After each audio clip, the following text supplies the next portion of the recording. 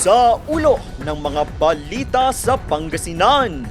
Kauna-unahang air-conditioned waiting shed sa Mapandan, Pangasinan. Laking ginhawa sa mga residente. Higit 200 na mga punla itinanim sa Binalonan, Pangasinan sa selebrasyon ng Arbor Day.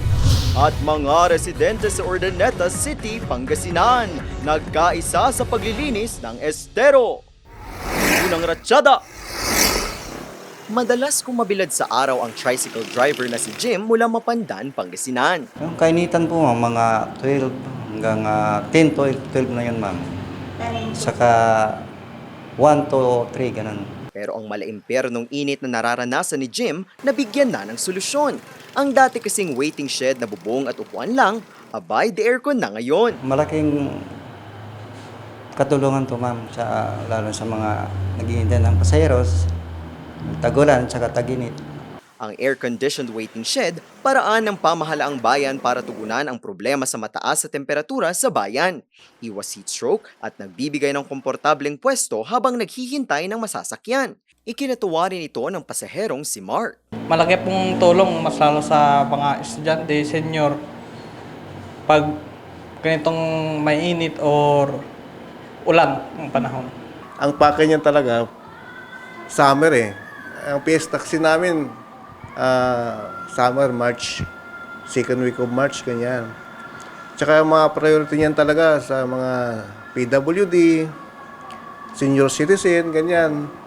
Actually, yung talaga, yung malapit sa mga bus, mga sakayan ng Manawag, Dagupan.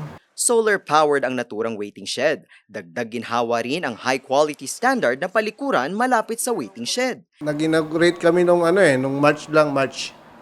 Dahil sa pagpiesta namin talagang mainit, mga balikbayan. Siyempre, komportable sila, malinis. Saka, actually, solar din yon, solar powered din. Kaya, hindi siya maksa sa kuryente, wala talagang sa kuryente.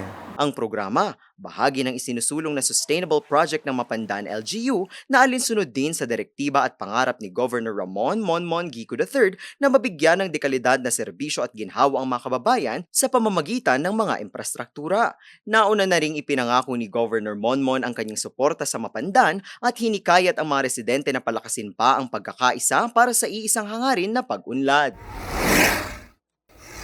Bilang pagdiriwang ng Environment Month at Arbor Day, matagumpay na nakapagtanim ng aabot sa 200 fruit-bearing trees ang mga kawani ng pamahalaan at iba't ibang ahensya sa Binalonan. Layunin nitong mapalawak ang maluntiang espasyo, makatulong sa paglaban sa climate change at maisulong ang pagkakaisa ng komunidad para sa kalikasan. Pinangunahan ito ng LGU sa pamumuno ni Mayor Ramon R.G. Gico IV. Nagmula naman ang mga punla sa pamahalaang palalawigan sa ilalim ng Green Canopy Program na isinusulong ni Governor Ramon Monmon V. Gico III. Patunay naman ito na may magagawa ang mga residente hindi lamang para sa kasalukuyan kundi para sa susunod na henerasyon basta't mapanatili ang pagkakaisa para sa iisang hangarin.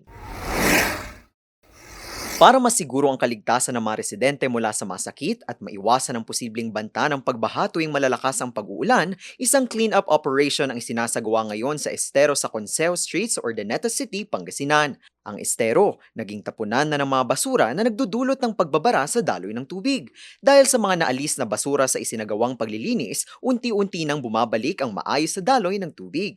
Muli namang nanawagan ang mga opisyal na panatilihin ang disiplina upang mapanatili ang maayos na estero. Nauna nang pinangunahan ni Governor Ramon Monmon V. Gico III ang inisyatibong paglilinis sa mga kanal at daluyan ng mga tubig para maiwasan ang mga epekto nito lalo na tuwing may malalakas na pag-uulan.